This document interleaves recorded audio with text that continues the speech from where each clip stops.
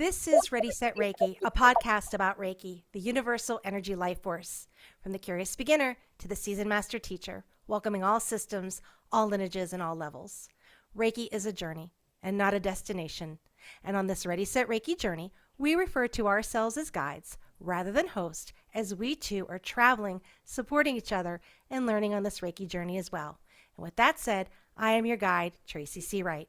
Joining me on my journey today is Bob Dove, PhD in Education, Curriculum Design and Supervision, MA in Journalism, BA in English and History, and Secondary Teaching Certification.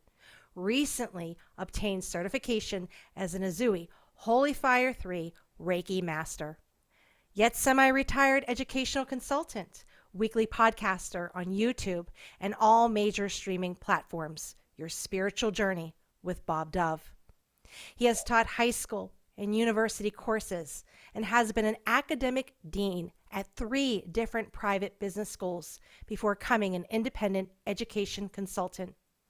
Also, do periodic grant proposal reviews for the U.S. Department of Labor, currently keeping busy facilitating 2 online spiritual groups, participating in 2 other online spiritual groups, and doing his weekly podcast and offering Reiki to 10 clients a month while trying to finish up a book that he is working on and hoping to publish before the end of the year. Welcome, Bob, to Ready, Set, Reiki. It's an honor to be here, Tracy. Thank you. Thank you so much for joining me. Clearly, you have a very busy schedule, and so thank you for making the time to take this journey with me. So we will begin. So tell me a little bit about yourself. I'm mostly raised in Pittsburgh, Pennsylvania. I was born in Jersey City, New Jersey, but not there very long. I have a wife and 2 children, and I guess we live in the eastern part of Pittsburgh, Pennsylvania. I find that Pittsburgh is an extremely spiritual city in terms of vortex and energy that's here and the number of spiritual connections and the spiritual community here. There's a real sense of a group of light workers here who have formed a community, but there's also a Reiki community. The positive end of COVID allowed there to be a blossoming of online spiritual groups. Many of us who had done personal spiritual groups went online and ended up with people from all over the country joining in and adding to the diversity of outlooks and perspectives that really enriched what was going on. So my wife and I had facilitated a couple KC groups known as the Search for God, if you're familiar with the Association for Research and Enlightenment. And we had a group for 5 years, then took a 5-year break. I started another group that lasted another 5 years. And it's from those communities then that offshoots grew, and we joined a group around A Course in Miracles. That happened actually because my wife and I went to Rwanda for 7 months, and we had sold our home, our cars, most of all our possessions, and spent a good bit of time in Rwanda. While we were there, because there was no television, no radio to speak of, and it got dark at 6 o'clock every night. So because it was near the equator, your day consisted of 6 a.m. to 6 p.m. So we spent time reading the book, A Course in Miracles. I had it for 2 years before we even opened it. But we decided, okay, this will be a good time to really sit down and go through this book. And we would read paragraphs to each other back and forth, alternating. So that was the beginning of our experience, sort of as a joint spiritual journey through that. Then when we got back, we joined a Course in Miracles group that met in someone's home. I'm going to get to another question, like, when did Reiki enter my life? It was out of the connection of the person who ran that group, who was also a Reiki master, and getting to know her, understanding that I could actually help people heal. And I thought, how could I not take advantage of that opportunity to help people heal? I was just so drawn to that concept, thinking that all of us have that capability, have that possibility. And what a shame that so many of us don't take advantage of that or don't even know about it as a possibility. So that was actually in August of 2021 that she did Reiki on myself. She did Reiki on my wife. And I said, boy, this is the way to go. Got to do this. So anyway, that kind of moved into my whole Reiki experience. Wonderful. So would you say that Reiki found you or you found Reiki? Oh, what a good question. Yeah, that was kind of a mutual situation, I guess. At the time, I guess I thought I found Reiki, but when you put it that way, we found each other. Found each other. Beautiful, beautiful. So you've been having a wonderful relationship with the Reiki energy for a few years now. You have your own podcast. So, what is the common misperception about your work? So, you're out and seeking like 10 clients a week that you're working on, or a month, I'm sorry. Well, that would be nice for a week, right? So, The way that came about actually was that I also have a Qigong teacher, mhm. and she's a Reiki master. Now, she was involved with Usui Holy Fire Reiki. My original instructor did not know about Holy Fire when she learned it. So I had Reiki 1 and 2 from my original instructor. And I mentioned to her, even though I appreciated her a lot, I was going to ask somebody else to do my master training because it would be Holy Fire. Yes. And she said, oh, well, I want to become certified in Holy Fire too. So the two of us took it together. And that was interesting and kind of fun. So that doesn't get to your question, though. I guess your question was about misconceptions. Sure. And there can be misconceptions about holy fire as well. So, yeah, Yeah. so we can take it on the journey there. As you were out there exploring and, you're connecting with so many people in your podcast, you have your clients. What is that misconception that you are seeing that people maybe think or believe about Reiki that is really not rooted in truth? I guess a couple of them are connected. One is that the energy is coming from me. Like they say, aren't you exhausted? How can you do 5 people in a row in one day and not go home just totally completed, depleted? And I say, no, the energy is not coming from me, it's coming through me. And as it comes through me, it energizes me. It's a gift to me. So you may see this as I'm providing you with a gift, but I'm getting that same gift myself at the same time. And I come away from this day energized, not depleted. Absolutely. Absolutely. I think that's what people believe. They think you're doing the healing and it's not coming from you. That client is pulling it out of you. So you should feel supercharged. And if you're not, then you're mixing your energy up and you got to reset, regroup, and Yeah. say, okay, no, no. And as you know, people who are empaths tend to want to help. So, by just being Right. that open channel to allow it to flow and it has its own intelligence. So that's part of it. The other piece is, do I need, as a client, do I need to keep coming back to you and, to get more of this energy? We talk to them about not becoming dependent on the Reiki Master. The idea is for you to learn how to do this for yourself so that you don't need me. I don't want you to keep coming back.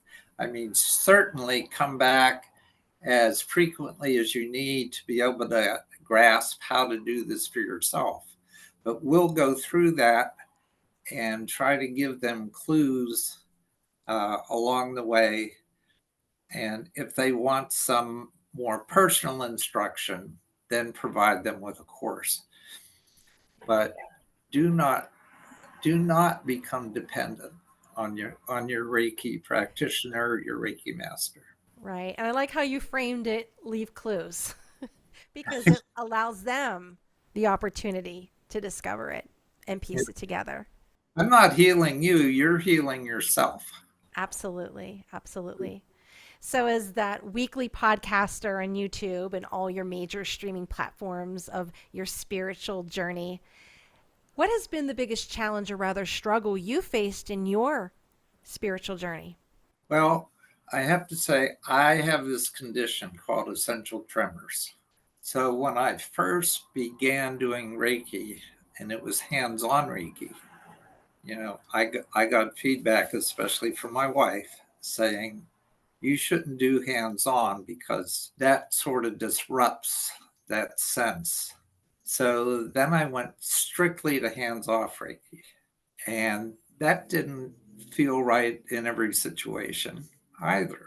So I went back to doing a combination of hands off, hands on, depending on the client and talking them through and just say, you might notice my hand shake a little, but that's because there's so much energy coming through those hands. They're right. You're right. They shake a bit. Hmm. And I recently had a client tell me, do not get rid of your tremors. He was somebody who uses singing bowls. And he said the vibration from your hands matched the vibration frequency coming out of my singing bowls. And it really meant a lot to me that I could feel that same vibration tuning in frequency wise. So that's been my biggest challenge is Sure, figure sure. out how to deal with that. And also, too, that client's going to come to you for you. Whatever, you're dealing with, it's going to be perfect and it's going to resonate. And bringing in the holy fire is wonderful as well because William Rand brings in these beautiful experiences. Also, we can color it as meditations that you can guide your clients through so that that light from the highest heaven can shine on them. So it's a beautiful collaboration that you're doing to modify for that. But yeah, keep doing what you're doing. Yeah. It's all good. Well, thank you for sharing that. So, what is something that you wish your younger self knew about your current profession? I guess I wouldn't call it a profession uh, because in some ways it's a hobby. Hmm. I I don't, believe it or not, I don't charge for this, and that would that Beautiful. would upset a lot of Reiki practitioners probably. But uh, what we do is actually my initial Reiki Master instructor, and then my Holy Fire Reiki Master instructor, and myself. The three of us do Reiki together on a client. So we just do half-hour sessions, but you're getting the power of 3 Reiki masters all at the same time. Absolutely. Oh, that's supercharged. Yeah. Oh. And we do it at my church. Hmm. So we do it for free for a donation to the church. That's beautiful. And that in turn pays the church for the space that they're giving us. So it's a Sure. space they normally would rent. Yes. Yes. So it works out for all of us. Oh, yeah. And there's still that energy exchange, of service, but you're just paying it forward. So that's beautiful. So when it's time for you to get that energetic tune up, or when you're seeking that teacher who's just right for you, what are some qualities you look for in a Reiki practitioner or Reiki teacher? There are a couple things, I guess, but the main thing is that they go beyond the physical.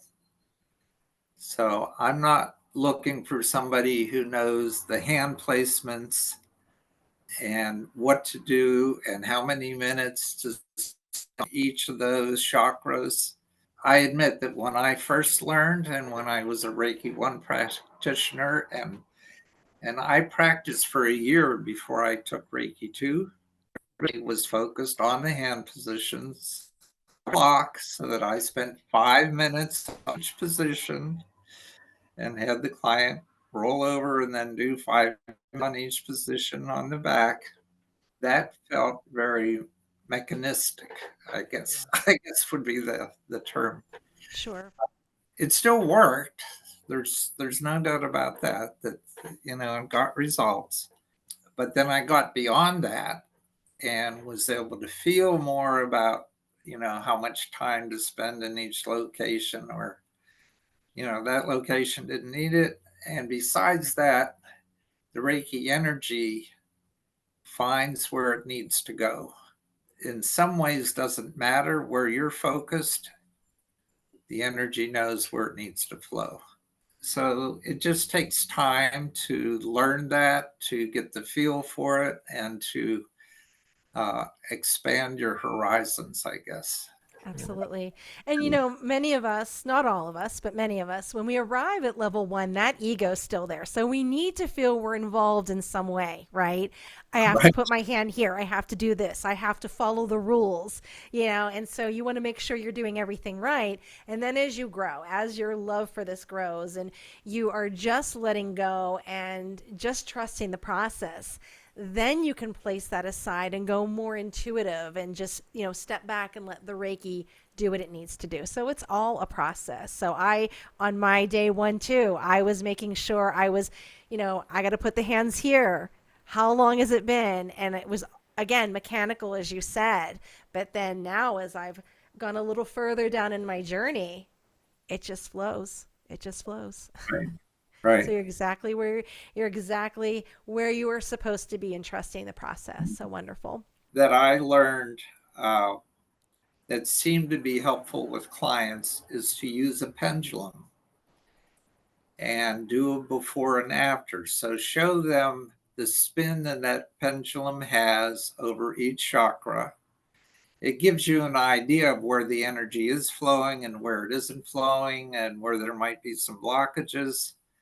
And then afterwards, show them again, and you see the increase in spin, or even sometimes, especially with the root chakra, where there's no spin at all, and suddenly there's spin, and you get a sense of accomplishment, even though you didn't do it. You facilitated it, and you have a sense of, okay, now you're in alignment, things are flowing, and I can show you physically so that if you're not feeling it yet, you're going to feel it. Sure. And as when we go in for our training, there's always you know, showing you the Biosen scanning, where you're taking that non-dominated hand and you're feeling the energy. But by taking it that next step to the pendulum, the client actually sees it, because they're wondering, why are you moving the hand? You can feel it, but by you showing visually, here's a pendulum, look at it, and they can see to make that connection. Some people are very visual. Some people need to see that to, oh my goodness, that's amazing, versus the beginning and the end. They need that baseline. Yeah. Just as an anecdotal piece of information, my son would say to me, well, how do you know the energy is increased? How do you know? And I do qigong every morning, and then I do it with a live person once a week. Not that I do it with dead people the other days. Uh, I do it online to a YouTube instructor, but once a week I have a live instructor, and I told him that I feel energized at the end of the qigong experience. So what I did, we were on vacation with my son and daughter-in-law, as well as my daughter and son-in-law. So the six of us were on vacation, and I was going to do my usual qigong routine, and his wife was doing her yoga routine, and I asked his wife to measure my aura before and then after the qigong routine. And she said, "Oh, do that for me too." So we both measured our auras using a pendulum, then did the qigong routine, and both my aura and her aura doubled in size after 17 minutes of qigong. So I was able to present him with proof, because he'd believe his wife. He might not believe his dad, but he'd believe his wife. But it was a palpable way to show the difference in that energy field. Yeah. So, What a wonderful way to show that. Some people need to see the proof, right? right It's now about they trusting do. the process. Yeah. So, what advice would you give someone who's just entering this profession, or, as you said, hobby? Well, one is don't rush it. I mean, I'm glad that I spent a year at each level. I know that there are instructors out there who over a weekend will give you Reiki Hmm. 1 and Reiki 2. And maybe I'm biased because that's the way I went through it gradually. But I had enough experience by the time I hit Reiki 2 and had done enough clients that I had a good sense of, what that next step would mean. This this may sound a little different, uh, but I would say work with your spirit guides uh, and work with your client's spirit guides. So definitely bring them into the mix. Don't feel like you're on your own when you're doing this. It's a cooperative effort. I was lucky enough, as I was getting Reiki before I even started training in it, to have two people working with me, two Reiki masters who were very much in touch with spirit guides, both theirs and mine, and could bring me messages. I'm not at that level yet where I can give people messages or get messages from them, but I still know that in the room I'm not alone. So it's a joint effort. And the main thing is, I guess, is to listen to your intuition. Let your intuition be your guide, because your gut knows. And if you'll listen to your intuition, follow your intuition, the more that you follow it, the more you're going to get. So the more open you are to that, the more help you'll have and the more effective you'll be. And make sure to thank those guides, right? Spirit Oh, guides, guardian yes. angels, and give them Reiki. Give them Reiki as well. So Yeah. this is certainly a spiritual journey, and you're right. We're not alone. You have a whole legion here supporting you. Yeah. Wonderful. So, what books do you recommend? Okay. It's a long list. I guess I will start, and I don't want to take my voice away from the mic, uh, with something that I just recently discovered. It's called The Lost Steps of Reiki, and it's channeled teachings of Wei Qi. Wei Qi is Chinese. He is channeled by Thomas Hensel and Kevin Ross Emery. And they basically were able to provide information about pieces of the process that have been lost. And that if you add these in, it's a lot richer. So that's one of them. Another is Reiki Shamanism, a guide to out-of-body healing by Jim Pathfinder Ewing. So you're shaking your head like you're familiar with these. Well, as long as you've had your podcast, maybe there's nothing new to you. I'm always learning, always learning. I'm sure out of the books you have there, there'll be some new additions to my library. I'm sure you heard of this, Essential Reiki Essential Reiki, yep. by Wonderful Diane book. Stein. And my sister's been a Reiki master for many, many, many years. And this is the book that was her guide. Then there's the Reiki Teacher's Manual by Tina Zion. I'm just going to mention then a couple that I don't have with me.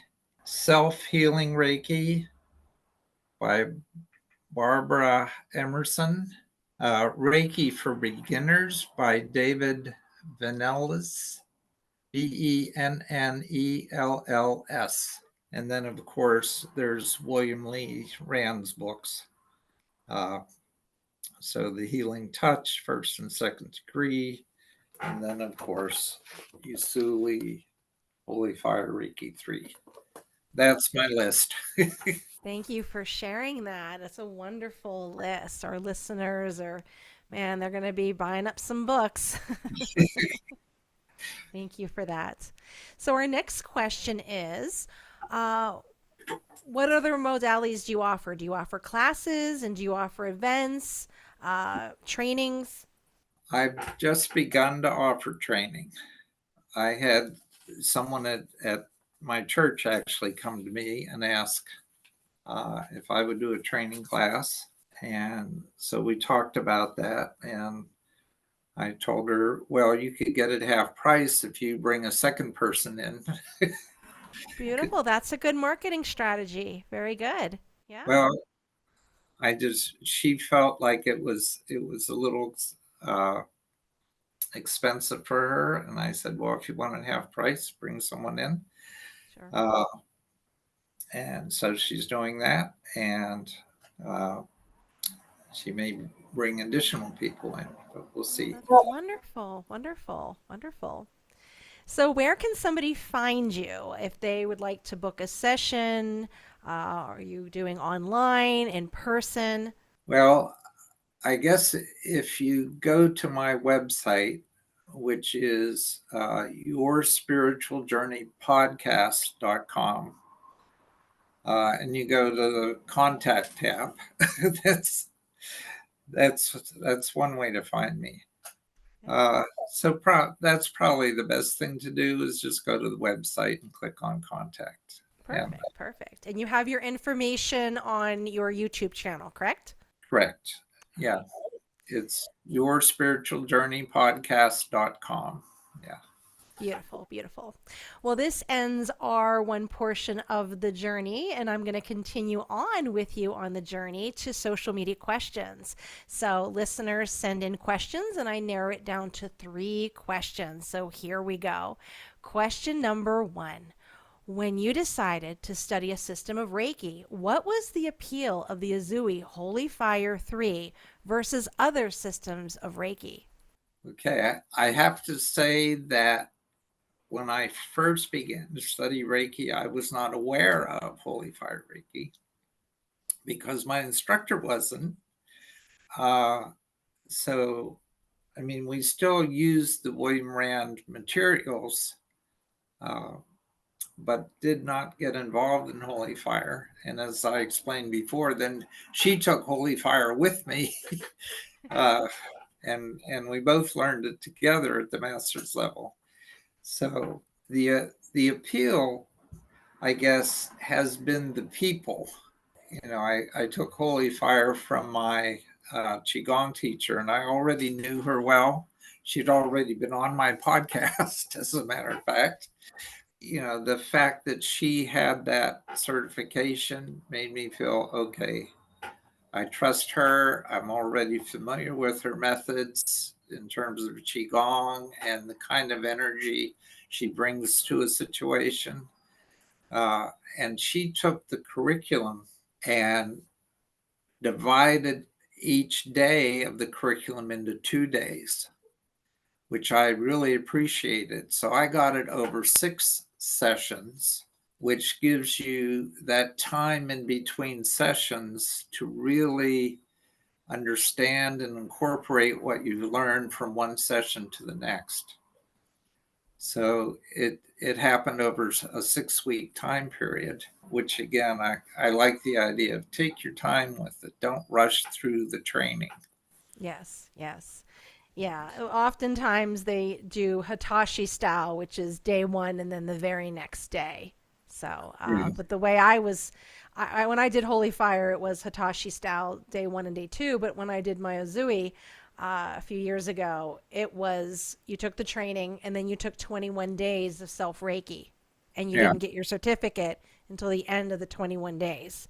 You had to say your principles, you worked on Uh, yourself, you had assignments to do. Then after the 21 days, you met with your master teacher, and then you got your certificate. So that was what I did on level one. So that just shows you how diverse it is out there in the world. You just have to, find the right teacher, and you found the one that, right. gave you exactly what you needed at the pace that you needed. So kudos to that.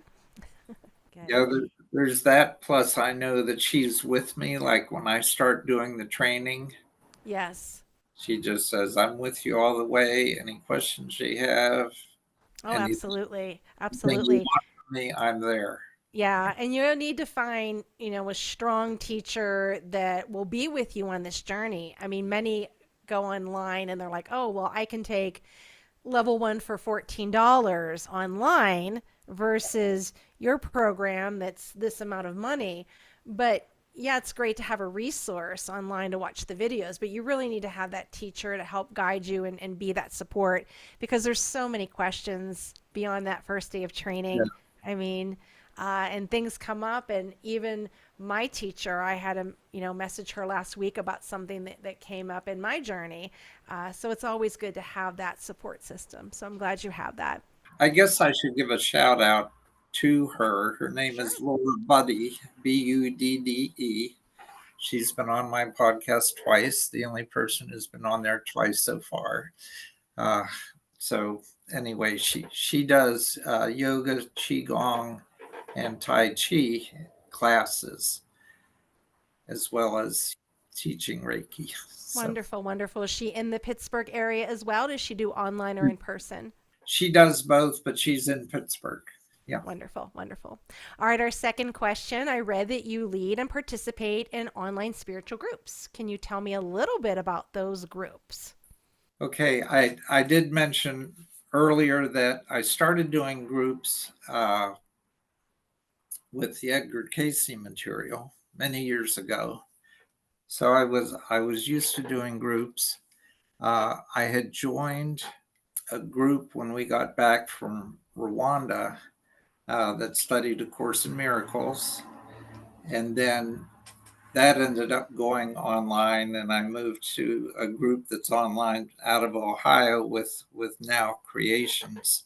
They started working on a book called Oneness, that is a channeled book by Rasha, and they were doing it once a month. And myself and a couple of other people who I had done groups with before said once a month isn't enough. We need to do this every week. So I said, okay. So my wife and I started a oneness group. I guess we did that for about a year and a half to get through that particular channel book. Uh, and now that group has moved into another book called I Am by Howard Falco. I got the author to come to our first group meeting on Zoom, and it was interesting to have the author of the book that we were going to do the book study group with there with us, talking about how he created this book and how it came about to begin with. I also then got engaged with a book called The Energy Codes by Sue Morter, and I was introduced to them at the Northeast Reiki retreat the first time that I went there. Sharon Madison, and you may know Sharon or of Sharon, and she's been on my podcast, was representing a book that she's written called Spirit Speaks, as well as the Sue Morter Energy Codes, because she helped facilitate some of the breakout groups that Sue Morter's Energy Codes group would do. She agreed to join my online group to help us work through the Energy Codes book. So we're about 80% of the way through that book now. Oh, wonderful, wonderful. Well, this leads in perfectly with our next question, as you recently attended the Northeast Reiki retreat along with 80 other practitioners. Can you tell us a little bit about this Northeastern retreat? Yeah, it was just this past weekend. In fact, I'm still recuperating from the drive back because I drove up from Pittsburgh and back.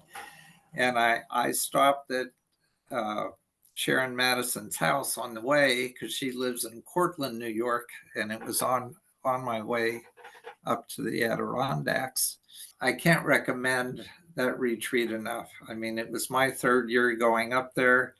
It was my first year having a booth, having a table to promote the podcast, to promote the authors who have been on my podcast. I had a display of their books.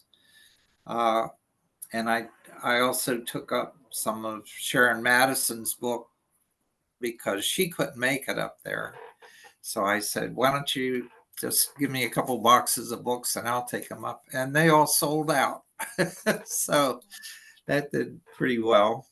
I took my sister up with me. She flew in from Arizona, and we drove up together. And I took a bag of runes that she had given me and a book of runes so that she could do rune readings. And so that was something else we were able to offer, free rune readings. And as she said, she got voluntold that she was going to do this because I sprung it on her at the last. I just said, if you get bored, you can do rune readings. Well, there's no way you can get bored at the Northeast Reiki retreat. It's held at the Silver Bay YMCA, just off of Lake George, and it is just gorgeous. And if you go up there, I recommend you walk the labyrinth. Last weekend was International Labyrinth Day. One of those days, I forget exactly which day. But there was actually a group of people up there from a labyrinth organization who were getting trained in how to facilitate walks through a labyrinth.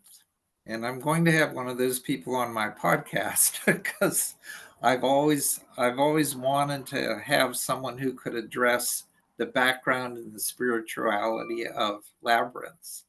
There were two, because this was my third time up there, and looking through the agenda, there were two things that stood out to me that said, I've got to catch that presentation.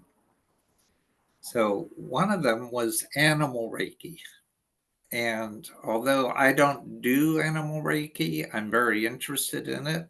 And I have a cat, and I have done Reiki on my cat. The pieces of that stood out. One is that there's this collective of animal spirits that we can connect to. And in addition to an assortment of pets and wild animals that are part of that collective, are a couple humans, because humans are animals too. And the discussion from the presenter, a couple of things that really stood out for me. One was that she was working with some horses, doing Reiki on horses. And this pairing of horses had been together in the paddock for 20 years. And one of those pair had passed on. And she was very concerned about the horse that was left behind and the grieving process. So she was able to communicate with that horse. The communication that she got from the horse was that humans don't know how to grieve, that they grieve too long and they hold that grief inside. And if you hold that grief inside too much, or you try to ignore it and suppress it, that you're asking for trouble. And that grief can then become a physical condition and a real problem for you. And he told her that he would grieve for about 2 weeks very heavily, and then maybe a couple more weeks, just a little less, and then make it a point to release the spirit of his partner.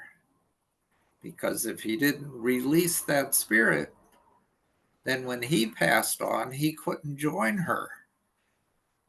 So this gave him the opportunity to feel the grief, transmute it, and then let it go. And he said if humans would learn to do that, they would be much better off. Well, because the presenter was also a reverend who did marriages and funerals, the next time she did a funeral, she used that example and presented that to the people at the funeral. She got so much appreciation from the family for having given that gift to them, that grieve heavily, grieve lighter, and then let it go. And it just meant so much to them. So that was something that really touched me and made me think, okay, that's a great way to look at grief. The other message that she got from this collective of animal spirits was that she was not interested in doing Reiki on humans, because she just felt humans were destroying this planet. And she was more interested in helping animals because they were more in tune with Gaia and they were taking care of the planet. So that collective just said, you got it all wrong. Humans are animals too. You gotta realize that they're part of this animal kingdom. We're all working together, and we think that humans are beautiful. You are wonderful, and you're doing a great job. And rather than focus on the negative, if you take a look at all the positive things that are going on and the beauty of the human race, and see yourself as beautiful, then you get the idea that we're all in this together and we're all one. And that whole message from the Bible of you have dominion over the earth is a mistranslation. You know, it's not about dominion, it's about communion. Right. We're all on the same level. Yeah, that's a beautiful energy, animal Reiki, the ICRT. It is one just of abundance. And in that animal kingdom, you know, the caretakers are there in the human being. You're the human being in the circle with the animal kingdom. So I just love those messages. And the other one was Sarah, and you said you just interviewed Sarah, Mhm. and her presentation on fascia. I really enjoyed her first presentation, that she did on fascia, and this was the follow-up one to that. And to understand how photons work in your body, and that we are light beings already, and that you just need to spread that light, and that you are the light of the world. That's an important message. Right, right. Wonderful. Yeah, when she was telling me about that, she had me at fascia as a yoga teacher. So I specialize in yin, where we bring in, fascia work. So I love Right, that. Love right. that. Love that. Well, that ends our third question. Is there anything else that, as we were talking, you wanted to share, or maybe something that you forgot? So this is your time to add on anything that you feel called to share with the listeners. We've shared so much already. I just feel that if you're a listener who's relatively new to Reiki, be compassionate with yourself, give yourself time, know that it's a cooperative effort, that you're not in this alone. Get your ego out of the way, and we've talked about that already. Uh, just be a vessel. Just be a channel for it, and enjoy it. Allow it to energize you as well as your clients. Another message from the Reiki retreat was that you can do Reiki on anything and everything. It doesn't have to be a person. It doesn't have to be an animal. It can be your car. It can be the future. It can be your past. The Reiki energy is there to be shared and infused and used. All we are is energy. Everything is energy. It's a matter of how dense is it, or how light is it, what the frequency of it is, but everything's energy. So we participate in an energy field that connects us all. There's a communication in that field that's to be had and accessed by anybody. And quantum physics is showing us that.